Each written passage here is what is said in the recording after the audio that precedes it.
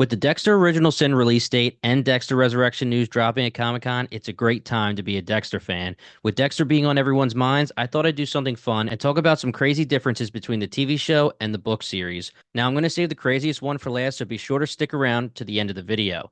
Obviously, spoilers for both the TV show and the book series ahead. Dexter's brother Brian Moser, aka the Ice Truck Killer, was the perfect villain to begin the TV show with. The Ice Truck Killer is one of the most iconic TV villains of all time, and the reveal of his identity was unforgettable. Unfortunately for him and us, he doesn't make it past season 1. However, in the books, Brian's storyline is drawn out much longer. While he doesn't become a romantic interest for Deb in the books, he does reveal his true identity to Dexter and tries to get his brother to join him. Unlike in the TV show, Dexter actually doesn't kill Brian, and Brian ends up living until the final novel and is a major part of Dexter's final storyline. So if you think about it, that's the equivalent of Dexter having his murderous brother hanging around with him through 8 seasons of television.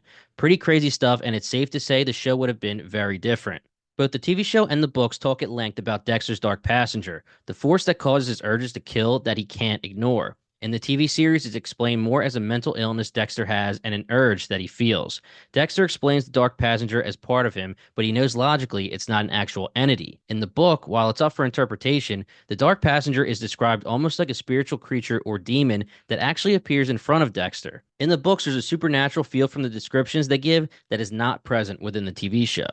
In the TV series, Dexter came across as socially awkward and weird, but it was clear that he had affectionate feelings for some people even if he didn't quite understand them. We came to love Dexter because while he said he didn't feel anything, as the show progressed, we see him start to feel emotions for Rita, Deb, the kids, etc. In the books, Dexter is exactly who you would think a serial killer would be. Cold, cruel, completely lacking any emotion, and possessing zero empathy for others. He was totally detached from humankind. Definitely not as easy of a character to label as your protagonist of the series. The book series actually expanded Dexter's family. The TV show writes Deb as someone who is very career focused, who wants to make her dad proud and follow in his footsteps, but at the same time, she does want to find love. Usually her career takes precedence over her relationships, with her relationships getting the short end of the stick. In the book, she is less hard on herself and she has a steady boyfriend, and she eventually gets pregnant, giving birth to a son. So in the book series, Dexter actually has a nephew. Can you imagine Deb in the show with her own kid? While author Jeff Lindsay wrote several books in the series after Darkly Dreaming Dexter, including Dearly Devoted Dexter, Dexter in the Dark, Dexter by Design, Dexter is Delicious, Double Dexter,